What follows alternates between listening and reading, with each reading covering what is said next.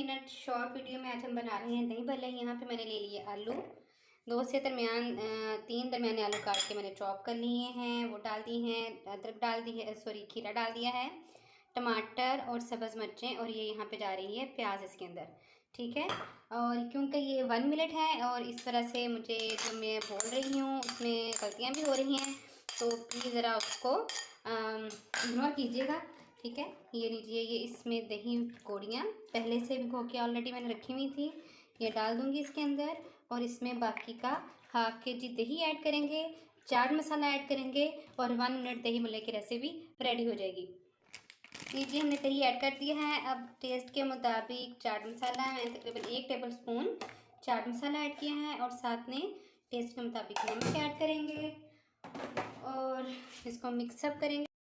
1 minute दही Bhalla recipe ready है। Thank you so much for watching.